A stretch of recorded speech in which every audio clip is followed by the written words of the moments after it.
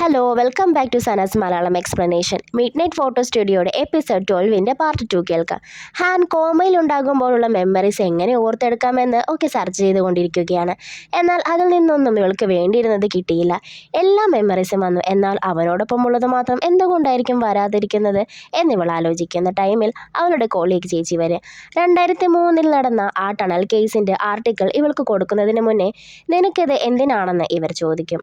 നിന്റെ പാരൻസിൻ്റെ കേസിൽ ലീഹുങ്ങിന് എന്തെങ്കിലും ബന്ധമുണ്ടെന്ന് നീ കരുതുന്നുണ്ടോ എന്ന് ചോദിക്കുമ്പോൾ ഇതുവരെയുള്ള അന്വേഷണത്തിൽ അത് കുറച്ചുകൂടി ദൂരെയാണെന്ന് ഹാൻ പറയും. അവൾ ആർട്ടിക്കിൾ നോക്കുന്നതിനിടയിൽ ഹാൻ ഇൻഫോർമേഷൻ റിക്വസ്റ്റ് അയച്ചിരുന്നല്ല, അത് ഡിസ്മിസൽ ചെയ്തുകൊണ്ടിട്ടുള്ള നോട്ടീസിൻ്റെ മെസ്സേജ് വരും. ഹാൻ ഇത് എക്സ്പെക്റ്റ് ചെയ്തിരുന്നു, എന്നാലും ഡിസ്മിസൽ ചെയ്യുമെന്ന് കരുതിയിരുന്നില്ല. ഇതിൻ്റെ സത്യാവസ്ഥ കണ്ടുപിടിക്കുമെന്ന് തന്നെ ഹാൻ ഉറപ്പിക്കും. സ്റ്റുഡിയോയിൽ ഇവർ നെതർവേൾഡിനെ കുറിച്ച് അന്വേഷിക്കുകയായിരിക്കും. അതിനിടയിൽ കീജുൻ ഹാൻ കുഞ്ഞിലെ വരച്ച കാർട്ടൂൺസ് കാണും. അതിൽ ഇവൾ ഒരാഴ്ചത്തോളം ഫെറിസ് വീൽ റൈഡിന് പോകണമെന്ന് വാശി പിടിച്ചതൊക്കെ ഇവൻ ഓർത്തെടുക്കും. നെതർവേൾഡിനെ കുറിച്ച് പറയുന്ന കുറച്ച് ബുക്സ് മാനേജർ കീജുവിന് കാണിക്കും. എന്നാൽ അതിലൊന്നും ഗേറ്റ് ഓഫ് ഡെത്തിനെ കുറിച്ചൊന്നും പരാമർശിച്ചിട്ടില്ല എന്നും ഇവൻ പറയും. ഇതിലും അതെ, സിയോങ് നാം കുക്ക്, അതായത് ഫസ്റ്റിലെ ഒരാൾ നെതർവേൾഡിലേക്ക് പോയി ക്യാമറ മോഷ്ടിച്ചില്ലേ, അയാളെക്കുറിച്ച് മാത്രമേ ഇതിലും പറഞ്ഞിട്ടുള്ളൂ എന്ന് കീജുൻ പറയും. നിന്റെ ബ്ലൈൻഡ് ഡേറ്റിന് ഇനി അധികം ലേറ്റ് ആകണ്ട, പോയിക്കൊള്ളാൻ പറയുമ്പോൾ മാനേജറിന് ഒരു ചെറിയ നാണമൊക്കെ വരും. എന്നെ കാണാൻ എങ്ങനെയുണ്ടെന്ന് ഇവൻ ചോദിക്കുമ്പോൾ അവൾക്ക് നിന്നെ കാണാൻ കൂടി കഴിയില്ല, പിന്നെ നീ ഇത്രയ്ക്കും എക്സൈറ്റഡ് ആണോ എന്നിവൻ ചോദിക്കും. എന്നാലും ബ്ലൈൻഡ് ഡേറ്റിന് കുറച്ച് കോൺഫിഡൻസ് ഒക്കെ അല്ലേ വേണ്ടതെന്ന് ഇവൻ പറഞ്ഞിറങ്ങും. ഇവിടെ ജീവൻ ഇവൻ ആരുടെ ദേഹത്തെ പൊസസ് ചെയ്താണ് വരുന്നതെന്നൊക്കെ ആലോചിച്ചിരിക്കുകയാണ്. അപ്പോഴാണ് ആ സമയം ഡോർ തുറന്ന് കയ്യിൽ ഒരു ക്യാൻഡിലൊക്കെ ഒരു ഹാൻസം ഗായ് വരുന്നത്. അത് കണ്ടപ്പോൾ തന്നെ അവൾക്ക് ഇത് മാനേജറാണെന്ന് മനസ്സിലായി. കാരണം ഇവർ ഒരുമിച്ച് കാണാനിരുന്ന ആ ഡ്രാമയിൽ ഹീറോ ചെയ്യുന്ന സംഭവമാണിത്. അങ്ങനെ ഇവർ ഹായൊക്കെ പറഞ്ഞ് ജീവൻ ഇനി എങ്ങോട്ടാണ് നമ്മൾ പോകുന്നതെന്ന് മാനേജറിനോട് ചോദിക്കുമ്പോൾ സോറി, ഇപ്പോൾ തന്നെ 10 മിനിറ്റ് കഴിഞ്ഞ് ഞാൻ ഇപ്പോൾ വരാമെന്ന് പറഞ്ഞു പോകും. ഒരു പെൺകുട്ടിയുടെ ദേഹത്തെ പൊസസ് ചെയ്തായിരിക്കും മാനേജർ പിന്നീട് വരുന്നത്. ഇവൻ അങ്ങനെ ഓരോ 10 മിനിറ്റ് കഴിയുമ്പോഴും പല പല ആളുകളെ പൊസസ് ചെയ്താണ് ഡേറ്റിംഗ് ചെയ്തുകൊണ്ടിരിക്കുന്നത്. ഒരു മുത്തശ്ശിയെ പോലും അവൻ പൊസസ് ചെയ്യും. കീജുൻ ഇപ്പോഴും ഗേറ്റ് ഓഫ് ഡെത്തിനെ കുറിച്ച് സെർച്ച് ചെയ്യുകയാണ്. കീജുൻ എവിടെയാണെന്ന് ചോദിച്ച് ഹാൻ മെസ്സേജ് ചെയ്യുമ്പോൾ സ്റ്റുഡിയോയിലാണെന്ന് അവൻ റിപ്ലൈ കൊടുക്കും. അപ്പോഴാണ് സേഫ് സോൺ എന്നുള്ള പേര് മാറ്റാൻ ഹാൻ പറഞ്ഞ കാര്യം അവൻ ഓർക്കുന്നത്. അപ്പോഴേക്കും ഹാൻ അവിടെ എത്തും. സ്റ്റുഡിയോയിലുള്ള കീജുവിൻ്റെ ജേണൽ ഹാൻ ആവശ്യപ്പെടുമ്പോൾ എന്തിനാണെന്ന് കീജുൻ ചോദിക്കും. എന്നെക്കുറിച്ച് എന്തായാലും നീ അതിൽ എഴുതിയിട്ടുണ്ടാകുമല്ലോ, നിന്റെ ജേണൽ വായിച്ചാൽ എനിക്ക് എന്തെങ്കിലും ഓർമ്മ വന്നാലോ എന്നിവൾ പറയും. ഇവൻ അവൾക്ക് അത് കൊടുക്കും. കീജുൻ വീണ്ടും വായിക്കാൻ തുടങ്ങുമ്പോൾ ഇനി കുറച്ച് റെസ്റ്റൊക്കെ ആകാം, നിനക്ക് എന്തെങ്കിലും ഇഷ്ടമുള്ളത് ചെയ്യാൻ തോന്നുന്നുണ്ടോ എന്ന് ഹാൻ ചോദിക്കുമ്പോൾ ഇവനൊന്ന് ചിരിച്ചുകൊണ്ട് എനിക്ക് ഫെറിസ് വീൽ റൈഡിൽ പോകാൻ ആഗ്രഹമുണ്ടെന്ന് കീജുൻ പറയും. ഇത്രയും ചൈൽഡിഷ് ആയതൊക്കെ നിനക്ക് ഇഷ്ടമാണോ എന്നിവൾ ചോദിക്കും. ശരിക്കും ഇതെൻ്റെ ഇഷ്ടമല്ല എന്ന് കീജുൻ പറയുമ്പോൾ പിന്നെ ആരുടെയാ, നിന്റെ എക്സ് ഗേൾ ഫ്രണ്ടിൻ്റെ ആണോ എന്നിവൾ ചോദിക്കും. നിനക്കറിയില്ല, ഇതെൻ്റെ ഫസ്റ്റ് ലവ് ആണെന്ന് കീജുൻ പറയും. എന്തായാലും അത് മറന്നേക്ക്, നമുക്ക് അന്ന് ഡ്രിങ്ക്സ് കഴിക്കാൻ പോയില്ലേ, അതേപോലെ പോകാം, സേഫ് സോൺ ഉണ്ടല്ലോ എന്ന് ഹാൻ പറയും. ജീവുനെയും മാനേജറിനെയും കാണിക്കും. ഇവൾ ഡ്രിങ്ക്സ് കഴിക്കാൻ പോകുമ്പോൾ നിനക്ക് വയ്യാത്തതല്ലേ, കഴിക്കണ്ട എന്ന് മാനേജർ പറയും. അതിനെനിക്കെല്ലാം ഭേദമായെന്ന് ജീവൻ പറയുമ്പോൾ അത് നിനക്കിപ്പോൾ ഉറപ്പിക്കാൻ സാധിക്കില്ലെന്ന് മാനേജർ പറയും. നീ പിന്നെ എന്തിനാ എന്നെ അത്രയ്ക്കും വന്ന് ഹറാസ് ചെയ്തതെന്ന് ഇവൾ ചോദിച്ച് എനിക്കറിയാം, ആ സീറ്റിലിരുന്ന് മറ്റൊരാളും മരിക്കരുതെന്ന് കരുതിയിട്ടില്ലേ നീ അവരെയെല്ലാം ഓടിച്ചത് എന്ന് ജീവൻ പറയും. ഞാൻ ഡെപ്യൂട്ടി ആയി കഴിഞ്ഞാലാണ് ഒരുപാട് സന്തോഷിക്കുന്നതെന്ന് ഞാൻ വിചാരിച്ചു, പക്ഷേ ഞാനിപ്പോഴാണ് ഒരുപാട് സന്തോഷിക്കുന്നത്. ഞാൻ വെയിറ്റ് ചെയ്യാൻ ചൂസ് ചെയ്തത് നന്നായി എന്ന് മാനേജർ പറയുമ്പോൾ മരിക്കാതിരുന്നതിൽ ഞാൻ മരിക്കാതിരുന്നതും നന്നായി എന്ന് ജീവനും പറയും. മാനേജർ അവളെ കിസ് ചെയ്യാൻ പോയതും പ്രോസസ്സിംഗ് ടൈമിൻ്റെ അലാം അടിക്കും. ആ സ്റ്റുപ്പിഡ് ടൈമർ അങ്ങ് തല്ലിപ്പൊളിച്ച് കളഞ്ഞാലോ എന്ന് ജീവൻ ചിന്തിക്കും. ആ ശരീരത്തിൽ നിന്നും മാറിക്കഴിയുമ്പോൾ എന്തൊരു കഷ്ടമാണിത്, ഞാൻ ഓൾമോസ്റ്റ് എൻ്റെ ഫസ്റ്റ് കിസിലേക്ക് എത്തിയതാണെന്ന് പറഞ്ഞ് അമർഷത്തിൽ നിൽക്കുമ്പോൾ അവിടേക്ക് വന്ന ഹാനും കീജുനും ഇവനെ കാണാം. നീ ബ്ലൈൻഡ് ഡേറ്റിന് പോയില്ലേ എന്ന് കീജുൻ ചോദിക്കും. ആഹാ, അതുകൊണ്ടാണല്ലേ നീ നന്നായി ഡ്രസ്സൊക്കെ ചെയ്തിരിക്കുന്നത്. അല്ല, ജീവനും ഇന്ന് ബ്ലൈൻഡ് ഡേറ്റ് ഉണ്ടെന്നാണല്ലോ പറഞ്ഞിരുന്നതെന്ന് ഹാൻ പറയും. ഹാൻ പറയുന്നത് കേട്ട് അവിടേക്ക് ജീവൻ വരും. നീ ഇപ്പോൾ സിയോങ് ഹോ എന്നല്ല പറഞ്ഞത്, നിനക്ക് അവനെ അറിയാമോ? ഇവൾ ചുറ്റും നോക്കി നിനക്ക് അവനെ കാണാൻ കഴിയുമോ എന്നൊക്കെ ചോദിക്കും. ഇത് കേട്ട് അല്ല ഒരു മിനിറ്റ്, സിയോങ് ഹോ മാനേജറിനെ നിനക്ക് അറിയാമോ എന്ന് ഹാൻ ചോദിക്കും. മാനേജറിൻ്റെ വെപ്രാളം കണ്ട് നമുക്ക് സ്റ്റുഡിയോയിൽ പോയി സംസാരിക്കാമെന്ന് കീജുൻ പറയും. ഈ സമയം സിയോങ് സുവിനെ കാണിക്കും. മദ്യപിച്ച് ലെക്കും ലെവലും ഇല്ലാതെ ഒരു ടാക്സിയിൽ ഇയാൾ കയറും. ആ ടാക്സി ഓടിച്ചിരുന്നത് നാംകു ആയിരിക്കും. ജീവനെ സ്റ്റുഡിയോയിലേക്ക് കൊണ്ടുവരും. ഇതെന്ത് സ്ഥലമാണെന്ന് ഇവൾ അന്തം വിട്ട് ചോദിക്കും. ഞാനും ഫസ്റ്റ് ടൈം ഇങ്ങനെയൊക്കെ തന്നെ ആയിരുന്നത് ഹാൻ പറയും. അങ്ങനെ എല്ലാം കേട്ട് കഴിയുമ്പോൾ അപ്പോൾ പ്രേതങ്ങളുടെ സ്റ്റുഡിയോ ആണിത്.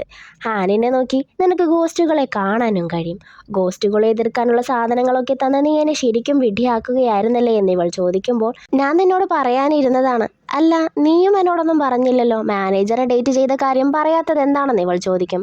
നമ്മൾ അയൽക്കാരാണെന്നുള്ള കാര്യം നീയും എന്നോട് പറഞ്ഞില്ലല്ലോ എന്ന് ജീവൻ മാനേജറിനോട് ചോദിക്കും. അവനും ഇതൊക്കെ നിന്നോട് പറയാനിരുന്നതാണെന്ന് ഹാൻ പറയും. ജീവൻ കീജുവിനെ നോക്കി, ഓ ഇതാണല്ലേ നീ പറഞ്ഞ ഗോസ്റ്റുകളെ കൊണ്ട് വളരെയധികം കഷ്ടപ്പെടുത്തി പണിയെടുപ്പിക്കുന്ന ഈവിൾ ബോസ് എന്ന് ചോദിക്കും. കീജുൻ മാനേജറിനെ ഒന്ന് നോക്കി ഈവിൾ ബോസ് എന്ന് പറഞ്ഞ് ചിരിക്കാൻ തുടങ്ങും. മാനേജർ വേഗം തന്നെ, ഈവിൾ ബോസോ, ഞാൻ വളരെ നൈസ് ബോസ് ആണെന്നല്ലേ പറഞ്ഞതെന്ന് ഇവൻ പറയും. അവിടേക്ക് നാംഗു വന്ന് സിയോങ്സുവിനെ ഞാൻ കൊണ്ടുവന്നെന്ന് പറയും. ജീവുവിനെ കണ്ട് ഇതാരാ എന്നിവൻ ചോദിക്കുമ്പോൾ മാനേജറിൻ്റെ ബ്ലൈൻഡ് ഡേറ്റ് ആണെന്ന് കീജുൻ പറയും. പാവം, ഇവളും മരിച്ചോ എന്നിവൻ ചോദിക്കുമ്പോൾ ഹാനും മാനേജറും അവൾ മരിച്ചിട്ടൊന്നുമില്ല എന്ന് ഉച്ചനെ പറയും. ഇവൾ ഹാനിൻ്റെ ഫ്രണ്ടാണെന്നും കീജുൻ പറയും. ഇതൊക്കെ കണ്ട് ഇവിടെ വേറെ വല്ല ഗോസ്റ്റ് ഉണ്ടോ എന്ന് പേടിച്ചുകൊണ്ട് ജീവൻ ചോദിക്കും. ഇവളെ പേടിപ്പിക്കാൻ കീജുൻ നിന്റെ പുറകിലാണെന്ന് പറയും. സിയോങ്സുവിൻ്റെ അടുത്ത് കീജുൻ വരും. നിങ്ങൾക്ക് യോൻചുവിനെ അറിയില്ല എന്ന് ചോദിക്കുമ്പോൾ നിങ്ങൾ ആരാ, എനിക്കൊന്നും അറിയില്ല എന്ന് പറഞ്ഞ് കാറിൽ നിന്നും ഇറങ്ങാൻ നോക്കും. എന്നാൽ നാംഗു തൻ്റെ പവർ ഉപയോഗിച്ച് ആ കാർ ലോക്കാക്കും. വെക്കേഷൻ ഹോം മേഡേഴ്സിനെ കുറിച്ച് നിനക്ക് അറിയില്ലേ എന്ന് ചോദിക്കുമ്പോൾ എനിക്കൊന്നിനെയും കുറിച്ച് അറിയില്ല എന്ന് ഇയാൾ പറയും. തീർച്ചയായും നിങ്ങൾക്കറിയാൻ സാധിക്കില്ല. ലീഹ്യോങ്ങിന് നിങ്ങളുടെ പേര് മാത്രം യൂസ് ചെയ്യാനല്ലേ നിങ്ങൾ സമ്മതിച്ചത്, ബാക്കിയെല്ലാം അയാൾ നോക്കിക്കോളാം എന്നല്ലേ പറഞ്ഞതെന്ന് പറയും. പക്ഷേ നിങ്ങൾക്കറിയാത്ത ഒരു കാര്യമുണ്ട്, ആ രണ്ടുപേരെയും കൊന്നത് യൂൻച്വൽ അല്ല, അയാൾ അവരെ കൊല്ലുകയും യൂൻച്വൽ മേൽ അതിടുകയും ചെയ്തു. നിങ്ങൾക്ക് ഉറപ്പാണോ നിങ്ങൾക്ക് കുഴപ്പമൊന്നും ഉണ്ടാകില്ലെന്ന്? ലീഹ്യുങ്ങിനെ കുറിച്ച് എന്തെങ്കിലും എന്നോട് പറയണമെന്ന് തോന്നിയാൽ, അല്ലെങ്കിൽ എന്തെങ്കിലും അപകടമുണ്ടെന്ന് തോന്നിയാൽ വിളിക്കണമെന്ന് പറഞ്ഞ് അവൻ്റെ കാർഡ് കൊടുക്കും. അതും മേടിച്ച് തനിക്കൊന്നും പറയാനുമില്ല അറിയുകയുമില്ല എന്ന് പറഞ്ഞ് അയാൾ ഇറങ്ങും നേരം നാംഗു ലോക്ക് മാറ്റും. അയാൾ അവിടെ നിന്നും ഓടും. അവിടെ നിന്നും മാറിയ ശേഷം ഇയാൾ ആരെയോ വിളിക്കും. ഞാൻ ആരാണെന്ന് മനസ്സിലായിട്ടുണ്ടാകുമല്ലോ. നിനക്കറിയോ എത്ര പേരാണ് ആ കേസ് അന്വേഷിച്ച് നടക്കുന്നതെന്ന്? ഞാൻ സംസാരിക്കാൻ തുടങ്ങിയാൽ എല്ലാവരും വീഴും. വെക്കേഷൻ ഹോമിൽ നിന്നും നീ ആ ദിവസം ഇറങ്ങി വരുന്നത് ഞാൻ കണ്ടിരുന്നു. അതുകൊണ്ട് ഒരു വലിയ തുക തന്നെ റെഡിയാക്കി വെച്ചുകൊള്ളാൻ ഇയാൾ പറയും. ജീവോനെയും ഹാനെയും കാണിക്കും. ഇവർ ആ പരിഭവം കോംപ്രമൈസ് ചെയ്യും. ജീവോൻ ഹാനോട് മാനേജർ എങ്ങനെയാണ് കാണാനൊക്കെ എന്ന് ചോദിക്കും. നല്ല പൊക്കമാണ്, വിരിഞ്ഞ ശരീരമാണ്, ആക്ടർ ജൂവോനില്ലേ അതേപോലെയാണ് കാണാനെന്ന് ഹാൻ പറയും. ശരിക്കും ഈ ഡ്രാമയിലെ ഹീറോ കീജുവിൻ്റെ യഥാർത്ഥ പേരാണ് ജൂവോൻ എന്ന്. ഇത് കേട്ടതും ഓ ജൂവോനാണ് എൻ്റെ ഐഡിയൽ ടൈപ്പ് എന്ന് ജീവോൻ പറയും. ജീവൻ ഇനി പേടിച്ച് ഓടിക്കാണുമോ എന്ന് ഭയന്നിരിക്കുകയായിരിക്കും മാനേജർ. അവൾ എപ്പോഴേ ഓടിക്കാണുമെന്ന് കീജുനും പറയും. സിയോങ്സുവിൻ്റെ കാര്യം എന്തായി എന്ന് നാംഗു ചോദിക്കുമ്പോൾ ഇതുവരെ ഒന്നും ആയില്ല, പക്ഷേ അയാൾക്ക് തീർച്ചയായും എന്തൊക്കെയോ അറിയാമെന്ന് കീജുൻ പറയും. നാംഗു കീജുനോട് ഒരു കാര്യം പറയാനുണ്ടെന്ന് പറയും. ഇവരുടെ സ്റ്റഫ് എല്ലാം കത്തിച്ച് കളയണം, ഞാനിനി ആർക്കു വേണ്ടിയിട്ടാണ് നിൽക്കുന്നത് എന്ന് പറയും. നീ ഫ്രീ ആകുമ്പോൾ അത് ചെയ്യാമെന്നും നാംഗു പറയും.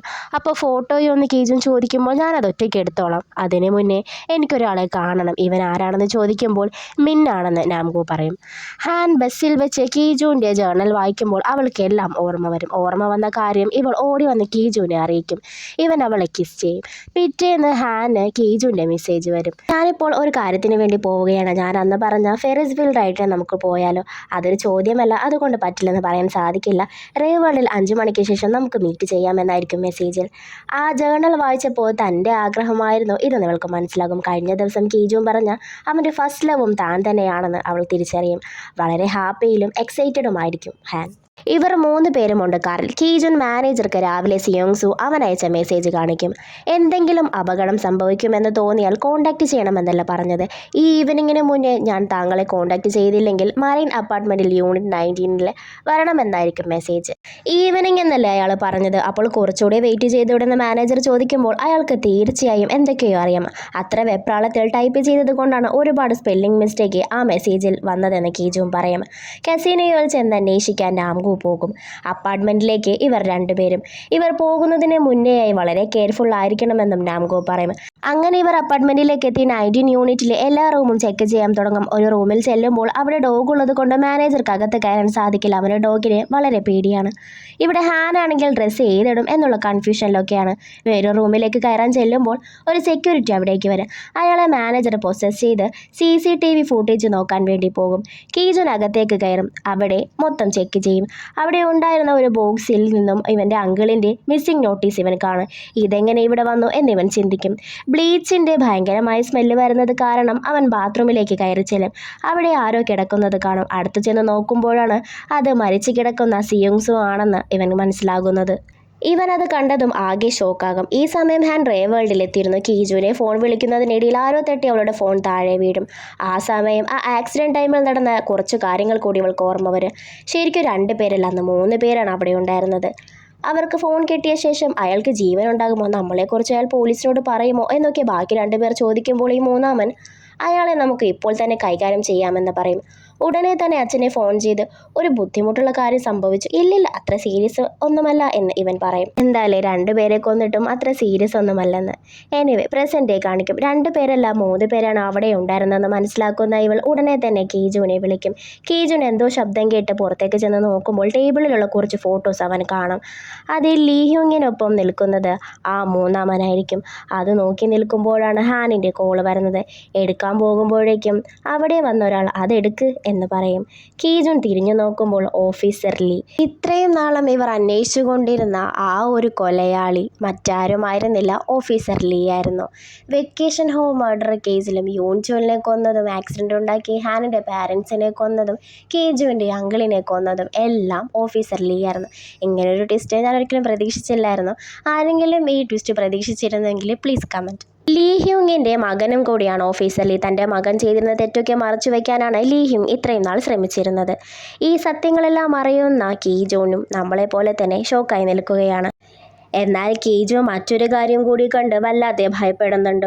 ഓഫീസർ ലീ ഒറ്റയ്ക്കായിരുന്നില്ല, പുറകിൽ ആ ഈവിൾ സ്പിരിറ്റും ഉണ്ടായിരുന്നു.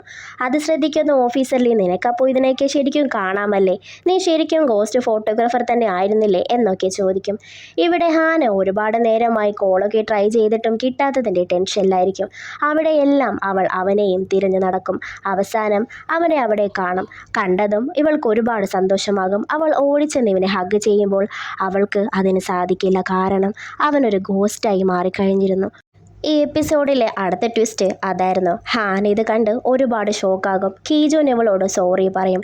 ഞാനൊരിക്കലും നിന്നെ കരയിക്കില്ലെന്ന് സത്യം ചെയ്തതായിരുന്നു, പക്ഷേ ഇങ്ങനെയെല്ലാം സംഭവിച്ചു പോയി എന്നവൻ പറയും. കുറച്ചു നേരം മുന്നേയുള്ള ഒരു സീൻ കാണിക്കും. ചോര വാർന്ന് കിടക്കുന്ന കീജുവിനെ ആംബുലൻസിൽ കൊണ്ടുപോകുന്നതായി കാണിക്കും. മാനേജർ വാവിട്ട് നിലവിളിക്കുന്നുണ്ട്. പെട്ടെന്ന് അവൻ്റെ ഹൃദയം നിശ്ചലമാകുന്നതായും കാണിക്കും. അവൻ്റെ ഫോണിൽ ഇവളുടെ കോൾ വന്നുകൊണ്ടേയിരിക്കുകയാണ്. ഫോൺ താഴെ വീഴുമ്പോൾ അവളുടെ പേര് മൈ ഹാൻ എന്ന് സേവ് ചെയ്ത് വെച്ചിരിക്കുന്നതും കാണിക്കും. എന്ത് ചെയ്യണമെന്നോ എന്ത് പറയണമെന്നോ അറിയാത്ത അവസ്ഥയിൽ നിൽക്കുന്ന ഹാനിനെ കാണിച്ചുകൊണ്ടാണ് ഇന്നത്തെ ഈ എപ്പിസോഡ് അവസാനിക്കുന്നത്. ഇതിൻ്റെ അടുത്ത എപ്പിസോഡുമായി നെക്സ്റ്റ് വീഡിയോയിൽ കാണാം. ബൈ.